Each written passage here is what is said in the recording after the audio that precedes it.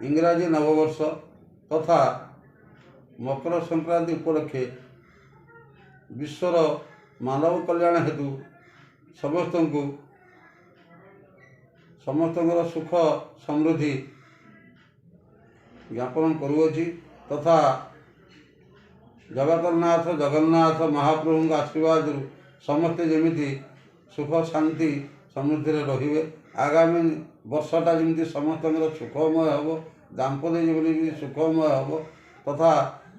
वासुदेवपुर तथा उड़ीसार समस्त जनसाधारण